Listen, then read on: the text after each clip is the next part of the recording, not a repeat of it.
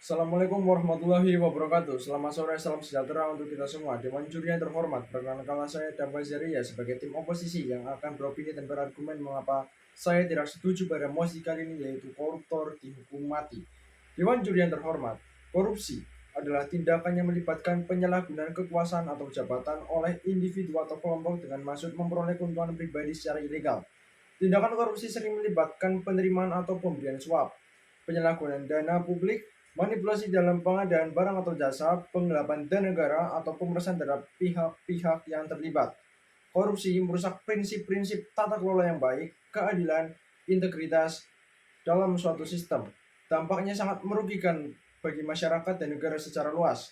Praktik korupsi menghambat pembangunan ekonomi, menciptakan ketidakadilan sosial, merusak kepercayaan masyarakat terhadap pemerintah dan lembaga publik, serta menyebabkan ketimpangan dalam distribusi sumber daya. Menurut Undang-Undang Nomor 31 Tahun 1999 tentang Pemberantasan Tindak Pidana Korupsi atau UU PTPK, koruptor adalah orang yang melakukan tindak pidana korupsi baik sebagai pelaku utama, penyuap, penerima suap, maupun penyelenggara negara atau pihak swasta yang terlibat dalam tindak pidana korupsi. Korupsi di Indonesia merupakan masalah yang sangat serius yang telah berlangsung dalam skala yang luas dan mempengaruhi berbagai sektor kehidupan. Korupsi merujuk pada penyalahgunaan kekuasaan atau jabatan oleh individu atau kelompok yang bertujuan untuk memperoleh keuntungan pribadi atau kelompok secara ilegal. Dampak korupsi sangat merugikan bagi pembangunan dan kesejahteraan masyarakat Indonesia. Pemerintah Indonesia telah mengambil berbagai langkah dalam memerangi korupsi, termasuk pembentukan Komisi Pemberantasan Korupsi atau KPK sebagai lembaga independen yang memiliki tugas untuk mengungkap, menuntut, dan memberantas korupsi.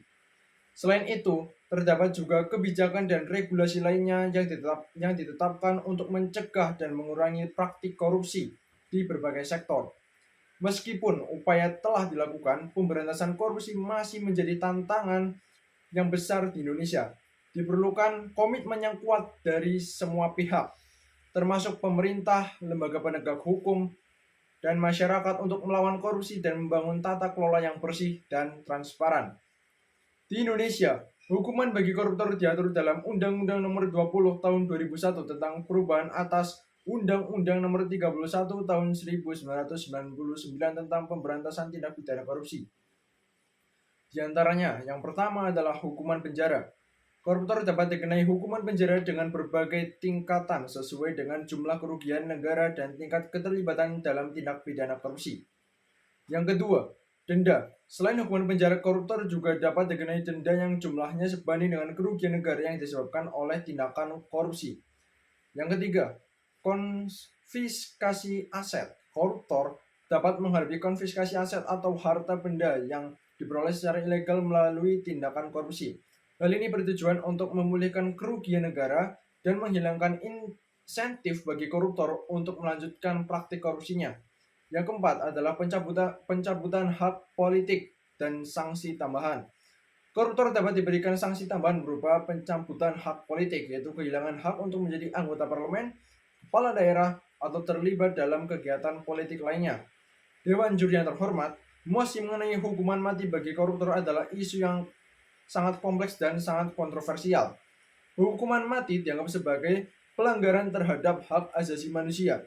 Setiap individu memiliki hak untuk hidup, bahkan jika mereka melakukan kejahatan serius seperti korupsi. Menghukum mati koruptor akan melanggar prinsip-prinsip hak asasi manusia yang diakui secara internasional seperti yang tercantum pada Deklarasi Universal Hak Asasi Manusia. Deklarasi Universal Hak Asasi Manusia atau DUHAM adalah dokumen yang diterima oleh Perserikatan Bangsa-Bangsa pada tahun 1948. Pasal 3 DUHAM menyatakan bahwa setiap orang berhak atas pengakuan sebagai pribadi di depan hukum. Dan pasal 5 menyatakan bahwa tidak ada seorang pun boleh dikenai hukuman yang kejam, tidak manusiawi atau merendahkan diri. Tidak ada bukti yang kuat dan otentik bahwa hukuman mati efektif dalam mencegah tindak pidana korupsi. Studi menunjukkan bahwa faktor-faktor seperti penegakan hukum yang kuat, transparansi, dan tata kelola yang baik memiliki dampak yang jauh lebih besar dalam memerangi korupsi. Upaya pencegahannya lebih holistik dan sistemik perlu diperkuat daripada mengandalkan hukuman mati sebagai solusi tunggal.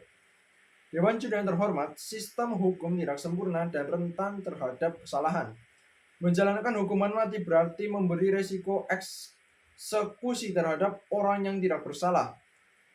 Mengingat tingkat korupsi yang melibatkan jaringan yang kompleks dari berbagai faktor, ada kemungkinan adanya kesalahan identifikasi atau proses hukum yang tidak adil.